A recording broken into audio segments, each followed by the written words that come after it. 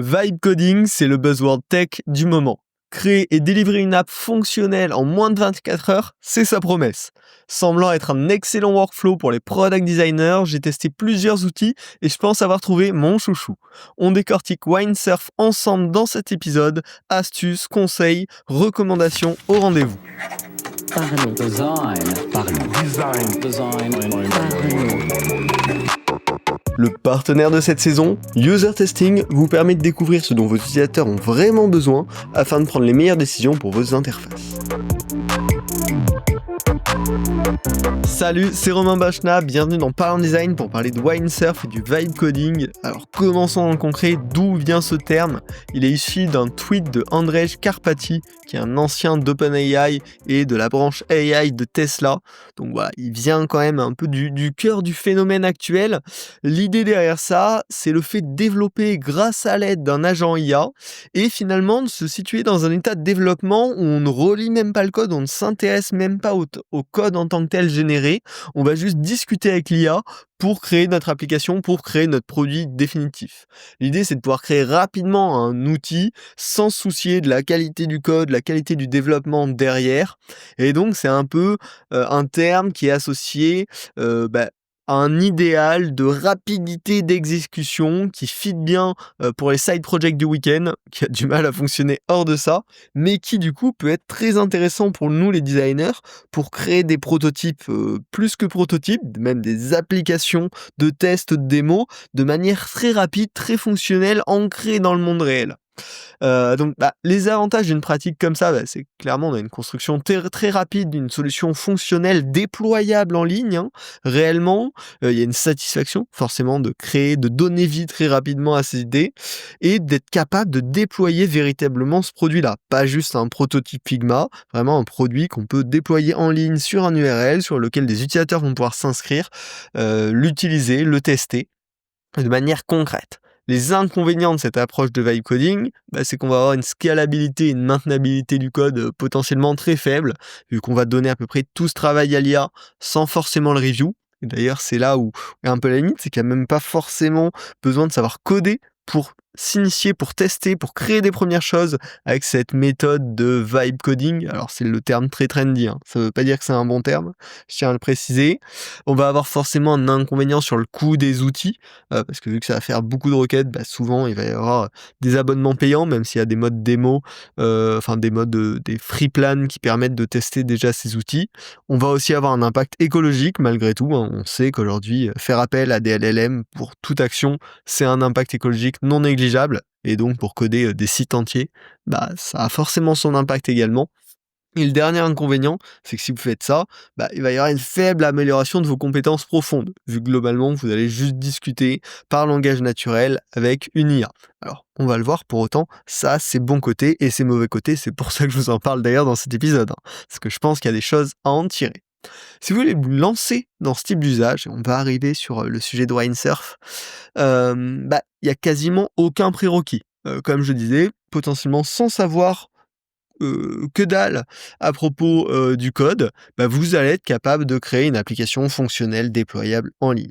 Pour autant, une connaissance technique en dev sera un plus. Et à mon sens, c'est même un atout exponentiel. Il y a quelqu'un qui connaît un petit peu en code va aller beaucoup plus vite en vibe coding. Quelqu'un qui connaît énormément va être capable de débloquer un petit peu toutes les situations très rapidement et donc de rendre ce flot de travail encore plus efficace. Donc, attention, parce que ça crée une petite boucle négative dans la formation. Est-ce qu'il vaut mieux apprendre à développer manuellement pour mieux utiliser l'IA plus tard, ou est-ce qu'il faut abandonner l'apprentissage du code en espérant que l'IA soit encore meilleure demain et arrive toute seule à résoudre les bugs qu'elle n'arrive pas à résoudre aujourd'hui ? C'est une question à double tranchant, je vous donnerai mon avis en fin d'épisode, mais attention à ça, cette solution du vibe coding est un outil pratique, mais un outil qui a ses inconvénients, notamment en termes de formation pour soi-même.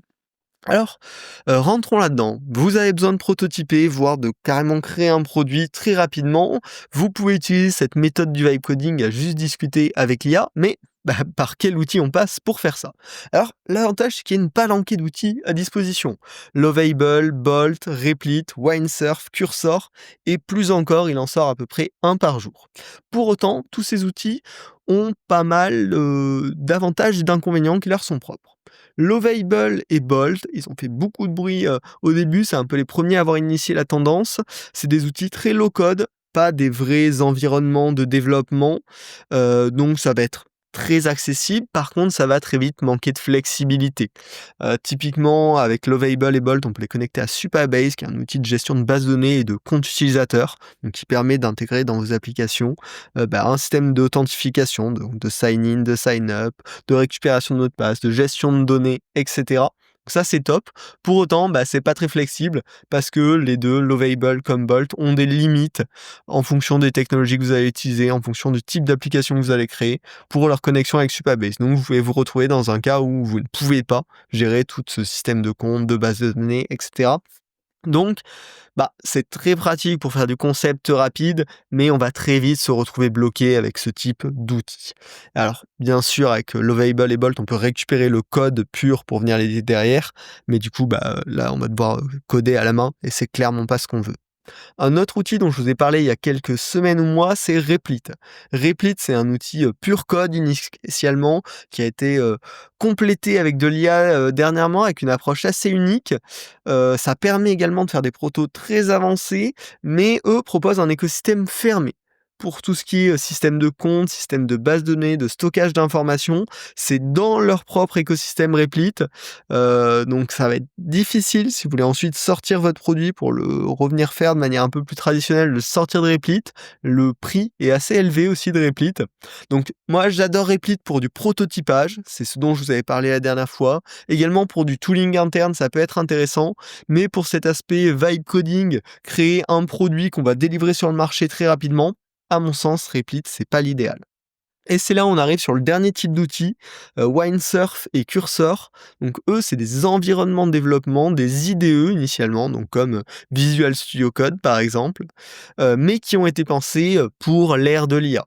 Donc ils ont toutes les fonctionnalités d'un outil de développement classique, mais intègrent toutes les technos d'IA de manière native, avec des intégrations un peu intelligentes sur le code que vous écrivez à la main, mais aussi des agents IA qui vont pouvoir coder entièrement pour vous.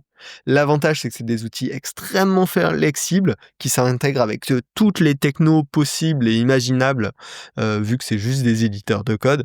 Et pour moi, c'est vraiment ce qui marche le mieux pour cet aspect vibe coding.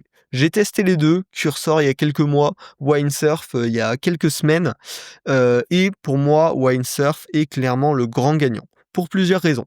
Déjà, c'est celui qui a l'agent IA le plus accessible. Cursor, il va vous demander quel contexte utiliser, quel fichier utiliser, etc. Windsurf, vous allez juste lui demander ce que vous voulez et il va le faire sans vous poser trop de questions. Et il va bien le faire. Également, c'est ça mon deuxième point, j'ai été très convaincu de la qualité du résultat, des propositions et du code généré par Windsurf. On peut choisir parmi plein de modèles de LLM et ceux que j'avais choisis ont très très bien fonctionné. Enfin, Windsurf propose 2 semaines d'essai gratuit avec un nombre de crédits assez généreux pendant ces 2 semaines qui peuvent permettre de créer une belle application. Donc c'est top pour pouvoir s'initier à la pratique, voir ce que ça donne, voir si on peut en tirer des résultats avant de commencer à payer. Et je crois que le premier abonnement il est à 15 dollars ou 15 euros par mois. Donc c'est pas excessif. Là où Cursor, je crois, commence à 20 euros ou 20 dollars par mois. Et à mon sens, leur assistant IA est un petit peu moins qualitatif que Windsurf. Alors, si vous voulez vous lancer sur Windsurf, venez, on va faire ça ensemble. Donc il suffit d'installer l'application Windsurf. Comme je vous l'ai dit, c'est un éditeur de code qui ont un agent intégré. Leur agent s'appelle Cascade et vous allez pouvoir l'ouvrir avec un petit side panel sur la droite. Alors pour commencer à travailler, va falloir créer un dossier tout simplement pour stocker les fichiers de votre app, ouvrir Windsurf dans ce dossier. Et là, vous allez pouvoir commencer à utiliser leur agent Cascade directement. Ce que je vous recommande pour autant de faire, c'est de d'abord setup votre projet en choisissant notamment votre stack technique directement. Celle que je recommande, c'est le framework JavaScript React avec Next.js. C'est le framework le plus répandu sur les 5 dernières années, le plus utilisé pour toutes les applications web. Et du coup, les LLM sont très entraînés sur ce type de données et sont donc en général meilleurs sur ce type de stack technique que sur toute autre stack technique existante. Donc je vous recommande de configurer votre projet avec React et Next.js et là, vous serez prêt à travailler soit à la main, soit en utilisant l'agent Cascade de Windsurf. Donc, une fois que votre projet est prêt, vous pouvez ouvrir sur la droite le petit onglet Cascade. Par défaut, il utilise Claude 3.5 Sonnet. D'expérience, c'est pas le meilleur. Aujourd'hui, vous avez accès à Claude 3.7 Sonnet, qui est la version la plus récente et qui est un des meilleurs assistants code existants. Donc, vous pouvez juste switcher avec le petit switcher qui est à disposition dans l'agent Cascade. Et sinon, vous pouvez essayer Gemini 2.5 Pro. Il semblerait que ce soit un des meilleurs modèles à date où j'enregistre cet épisode. Je ne l'ai pas encore testé pour tout vous dire, mais je vais faire le switch là juste après ce podcast pour le tester sur de futurs projets.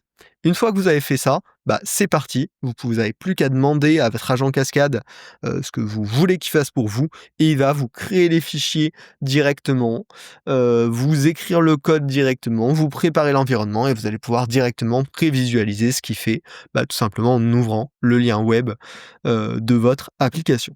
Donc, c'est vraiment très simple et vous allez voir, rien qu'avec ça, vous pouvez générer des résultats très qualitatifs. Pour autant, j'ai quelques conseils pour vous pour améliorer la qualité de votre résultat. La première, c'est d'utiliser une librairie de composants existante. Si vous lui demandez de générer du code stylé, même en le décrivant bien, même en donnant une bonne image, en général, les résultats vont pas être foufou, surtout si vous avez un œil de designer assez précis. Ce que je vous recommande, c'est d'aller voir des librairies comme ShadCN, RadixUI, HeadlessUI, Mantine. Il en existe plein en ligne qui sont très connus, qui proposent déjà beaucoup de composants bien designés. Et donc, vous allez tout simplement pouvoir dire à votre agent Cascade dans Windsurf, utilise telle librairie pour créer l'interface que je vais te demander, et ensuite vous lui demandez ce que vous voulez. Donc il va réutiliser directement ces composants, et ça va vous permettre d'avoir une UI, un résultat visuel très quali, très simplement, très rapidement, sans avoir à pinailler sur ces détails. Et le deuxième point qui va aller avec, c'est si vous essayez de faire des outils avec cette méthode de vibe coding, ne partez pas d'une maquette en essayant de reproduire au pixel près. C'est pas dans ce genre de choses-là que va être intéressant la méthode du vibe coding. En général, ça va vous donner des résultats assez approximatifs. Donc mieux vaut se centrer sur les fonctionnalités, le parcours client, l'expérience utilisateur et non pas l'UI en tant que tel.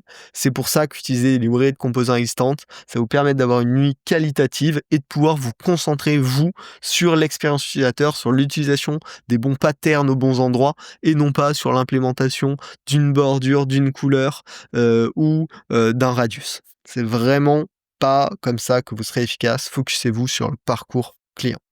Voilà. Le deuxième point pour améliorer la qualité de ce qu'on produit, c'est qu'on doit penser nos prompts comme des spécifications, comme un ticket qu'on rédigerait pour expliquer une fonctionnalité. Donc on va dire dans le prompt à quel endroit est-ce qu'il faut faire le changement, qu'est-ce qui est attendu précisément en termes de comportement, de contenu, de pattern. Ne pas hésiter à faire un truc un petit peu descriptif en disant je veux une page profil qui contient une section avec ça, ça et ça, une autre section avec ça, ça et ça sous forme de carte, un tableau avec tel et tel élément. C'est comme ça que vous allez pouvoir avoir un résultat qui correspond à ce que vous avez en tête. Si vous lui dites juste crée-moi une page profil, il va créer une page profil, mais ce sera probablement pas ce que vous avez en tête. Donc les deux les deux méthodes de travail peuvent se compléter. Pour autant, plus vous allez avoir des specs dans votre prompt, plus le résultat sera au niveau de vos attentes.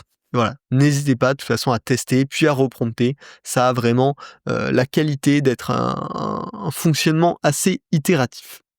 Enfin, si vous tournez en rond dans la résolution d'un bug avec l'agent Cascade, si vous utilisez Windsurf, que faire? Surtout, le meilleur conseil que je pourrais vous donner, c'est sortez du cadre de Windsurf, oubliez la direction dans laquelle il vous a emmené, c'est probablement la mauvaise. Si un LLM se bloque sur la résolution d'un problème pendant longtemps, c'est probablement qu'il est parti dans des hallucinations, il est parti dans une mauvaise résolution de bug, il est parti dans une techno qui est complètement dépréciée ou autre. Et dans ce cas-là, c'est là où vos compétences, vous, de dev, vont être utiles pour pouvoir débloquer le problème. Si jamais vous n'avez pas de compétences techniques, vous pouvez soit vous tourner vers quelqu'un que vous connaissez qui a des compétences techniques, soit aller utiliser un autre LLM hors de Winesurf, une autre techno, pour lui expliquer votre problème.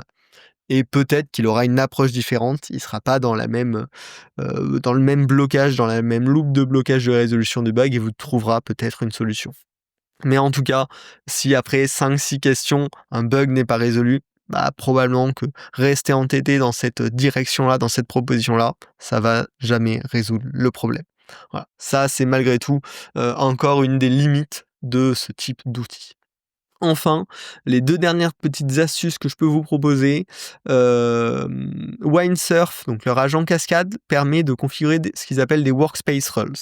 Donc au sein d'un projet, vous allez pouvoir lui donner des règles. Donc typiquement, c'est le bon endroit où vous pouvez spécifier: utilise toujours des composants de la librairie Radix UI par exemple, utilise toujours telle version de telle technologie, mais tout le temps utilise des tableaux si tu représentes tel type de données, utilise des cards si tu représentes tel type de données, et cetera, et cetera. C'est là où vous allez pouvoir lui donner les règles générales qui seront vraies pour tout ce que vous lui demandez à chaque fois. Et ça vous évitera d'avoir à vous répéter. Ça permettra d'ancrer finalement des règles, des guidelines dans la façon dont vous allez construire votre produit. Enfin, si vous avez besoin d'étendre ce projet-là, il y a pas mal d'outils qui sont pratiques. On en a parlé au début, mais si vous avez besoin de gérer une base de données, gérer un système de compte, système d'utilisateurs, il y a Supabase qui est vraiment très bien. Il y a aussi Firebase qui est la version de Google qui fait ça. Si vous avez besoin de librairie d'icônes, c'est comme pour les composants, n'hésitez pas à aller chercher dans l'existant. Il y a Material Icons et il y en a plein des librairies d'icônes open source. Et enfin, si vous voulez déployer votre projet, si vous avez bien utilisé la stack technique React et Next.js, il n'y aura aucun souci. Vous pouvez utiliser des outils comme Vercel qui ont des plans gratuits et qui permettent de déployer sans aucune connaissance technique un site en ligne très rapidement.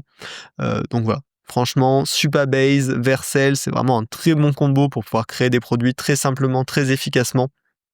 Donc, je vous le conseille. Voilà. En conclusion, sur cet épisode, j'ai envie de revenir sur une des premières questions qu'on a discutées. Est-ce qu'il faut apprendre le dev maintenant pour mieux utiliser l'IA demain? Ou est-ce qu'il vaut mieux utiliser l'IA maintenant sans rien comprendre au dev pour aller plus vite, là, instantanément? Je suis partagé et en même temps pas du tout partagé sur cette question. Si vous avez un objectif court terme, utilisez uniquement l'IA, débrouillez-vous comme ça et croisez les doigts pour que ça ne bug pas. Si vous avez un objectif plus long terme, c'est vraiment le moment d'apprendre le code. Ça paraît contre-intuitif, mais clairement, plus vous comprendrez les sous-jacents, plus vous comprendrez ce que les agents font, plus vous serez capable d'aller déjà plus loin et d'y aller plus vite. De ne pas passer des heures bloquées sur des bugs que l'IA ne comprend pas, que vous pourrez comprendre très rapidement, de lui donner aussi les bons prompts pour qu'il aille plus rapidement vers le bon résultat. Et donc, apprendre le code, connaître la technique, pour moi, a encore plus de valeur à l'heure actuelle. Parce que malgré tout, ces outils d'IA sont peut-être très puissants, répondent à de simples prompts en langage naturel. Pour autant, quelqu'un qui comprend ce qu'il lui demande ira toujours plus vite et sera surtout beaucoup moins bloqué. Donc, c'est pas le moment de repousser cet apprentissage-là. Si vous voulez, sur le long terme, tirer beaucoup de valeur de ces outils-là, c'est probablement le moment, si ce n'a pas encore été fait, de vous former aux bases du code. Enfin, un petit warning, là je vous ai parlé du coup de vibe coding. En gros, on va coder en laissant faire l'IA dans 95% des cas. C'est différent de créer un véritable produit. On va produire du code qui est peu scalable, qui est dur à maintenir, que potentiellement on ne comprend pas bien, qui potentiellement aussi est peu efficient en termes de coût. Et ça reste difficile aujourd'hui, très difficile d'intégrer ce genre de pratique et de vitesse d'exécution dans un produit existant, un produit réel. Donc c'est normal si on peut créer un produit en partant de rien avec cette méthode de vibe coding très rapidement et que si on veut le développer dans un produit réel, ça prend 3, 5, 6 fois plus de temps. C'est cohérent. Voilà. Enfin, pour terminer ce podcast, est-ce que le product designer moderne doit connaître ces outils de vibe coding, doit être en capacité de les utiliser pour faire des prototypes, pour faire des premières versions de ses produits? J'aurais tendance à dire oui, mais je pense que j'ai aussi envie que ce soit vrai, parce que ça apporte vraiment de la matière à ce qu'on fait. Ça apporte, vraiment une plus-value aussi de pouvoir tester des choses très concrètes, très rapidement auprès de clients. Ça nous donne aussi la possibilité en tant que designer de sortir de véritables produits, d'aller faire tester à des vrais clients, pas juste justement pendant des tests, mais vraiment d'avoir de véritables utilisateurs et d'apprendre la pratique du design au plus proche des utilisateurs. Donc c'est clairement une compétence que je vous invite à développer. Si vous l'avez déjà fait, je suis hyper preneur de vos feedbacks. Si vous comptez le faire, n'hésitez pas aussi à me dire quelles infos il vous manque. Est-ce qu'il y a des podcasts sur le sujet qui pourraient vous aider? Ce sera un plaisir. Il y a mon LinkedIn qui est en description de tous les épisodes, donc vous pouvez m'envoyer un petit message. C'est toujours un énorme plaisir d'avoir vos retours et vos questions sur le podcast, vos suggestions. C'est comme ça qu'on évolue aussi. Donc vous serez les bienvenus. J'espère que ça vous a plu. On se retrouve la semaine prochaine pour un nouvel épisode. Salut. Parlons design. Parlons design. Design. Parlons design.